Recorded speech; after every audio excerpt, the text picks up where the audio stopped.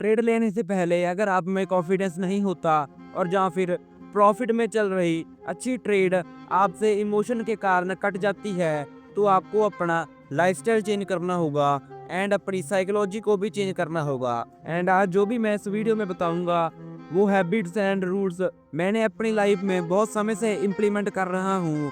तो वीडियो को एंड तक जरूर देखना एंड इन सब हैबिट से रूल के नोट्स जरूर बनाना। तो विदाउट वेस्टिंग टाइम चलिए वीडियो शुरू करते हैं। ये वीडियो 3 पार्ट्स में डिवाइडेड है एंड तीनों के तीनों बहुत जरूरी है, तो वीडियो को एंड तक जरूर देखना। तो फर्स्ट पार्ट है social media scrolling and consumption. आज की डेट पे हमारा youth scrolling and dopamine hits के पीछे पड़ा हुआ है। Late night scrolling, chatting and और बहुत कुछ। एंड ये हैबिट छोड़ने बहुत हार्ड है। जैसे आप किसी नशे करने वाले को कहो कि जाकर नशा छोड़ दे, तो उसके लिए ये बहुत मुश्किल होगा। तभी तो इंडिया की हर सिटी में नशा छोड़ने वाला केंद्र खुला हुआ है एंड यही हाल आज की यूथ का बन चुका है एंड उनके लिए ये हैबिट्स छोड़ना मुश्किल हो चुके हैं। बट मेरे हिसाब से ये पॉसिबली छोड़ा जा सकता है एंड इसको सॉल्व करता है टाइम मैनेजमेंट। एंड आप में से बहुत लोग अपना टाइम मैनेज नहीं करते होंगे एंड जिसके कारण आप स्क्रॉलिंग करने लगते हैं। एंड टाइम मैनेजमेंट कैसे बिल्ड करते हैं इसके बारे में मैंने अपनी पिछली वीडियो में बात की हुई है। अगर आपने वो वीडियो नहीं देखी, इस वीडियो को देखने के बाद आप उस वीडियो को जरूर देख लेना। आपका 50% लाइफस्टाइल उससे ही चेंज हो जाएगा। मेडिटेशन के बारे में आप में से बहुत लोगों ने जरूर सुना होगा एंड आज मैं आपको अपना एक्सपीरियंस शेयर करूंगा। सो ट्रेडिंग में हमें फोकस्ड माइंड चाहिए जिससे कि हम क्रिटिकल सिचुएशंस में भी अच्छा डिसीजन ले सकें एंड अपने पीएनएल को ऊपर नीचे होता देख सकें।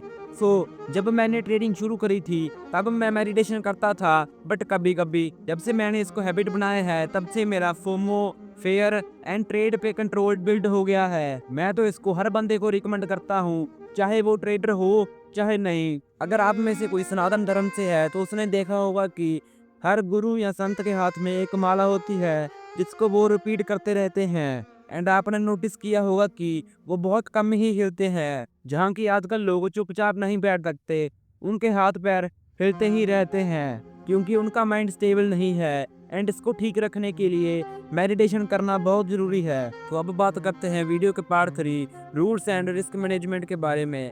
अगर आप वीडियो के दौरान नोट्स बना रहे थे तो बहुत बढ़िया बात है, अगर नहीं बना रहे तो अभी बनाना शुरू कर दो। अब जो रूल्स एंड रिस्क मैनेजमेंट है ये ट्रेडिंग की एक शील्ड की तरह है। ये आपको बिग लॉसेस से बचना एंड खाकर फनी अकाउंट्स के लिए बहुत काम आता है। आपको ये तो पता है रूल्स एंड रिस्क मैनेजमेंट किसे कहते हैं, बट ट्रेडिंग में इसे इम्प्लीमेंट कैसे करना है तो चलिए वीडियो में देखते हैं। रिस्क मैनेजमेंट ट्रेडिंग में रोज काम आता है, आप इस वीडियो को देखना। मैंने इसमें समझाया है कि रिस्क मैनेजमेंट कैसे काम करता है। मान के चलो कि 2 बंदे थे एंड दोनों के पास 1-1 लाख रुपए की कैपिटल थी।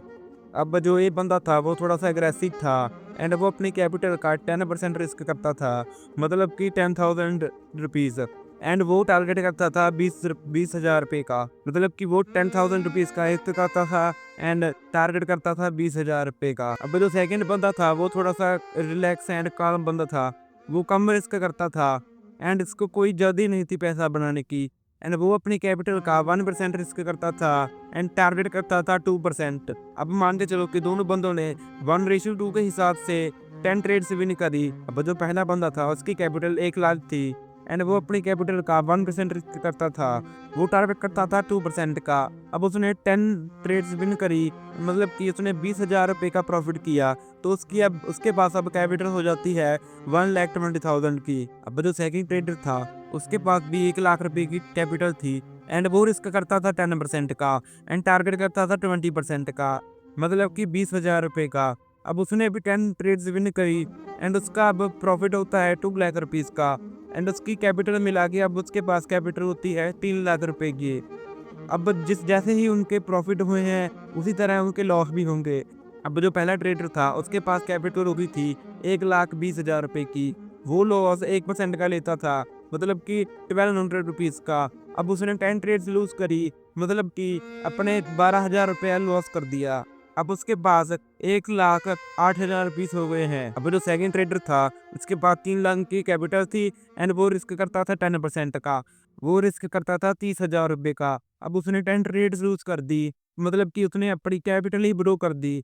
तो रिस्क मैनेजमेंट बहुत जरूरी है एंड अपनी कैपिटल का हमेशा कैलकुलेटेड ही रिस्क लेना चाहिए। तो आपको पता चल ही गया होगा कि रिस्क मैनेजमेंट ट्रेडिंग में कितना बड़ा रोल प्ले करता है। तो अब बात करते हैं रूल्स के बारे में एंड जो मैं रूल्स फॉलो करता हूँ, मैं आपको वही रूट बताऊंगा।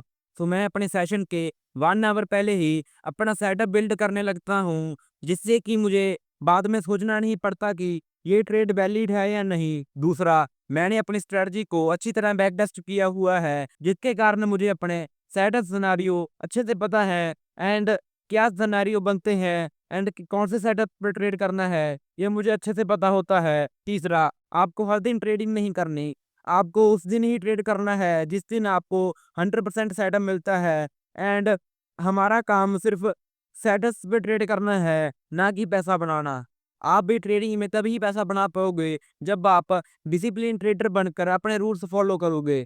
एंड अगर आप जानना चाहते हो कि मैं कौन सी स्ट्रेटजी ट्रेड करता हूँ एंड अदर क्वेश्चंस जो भी आपके माइंड में चल रहे हैं, वो आप कमेंट कर देना।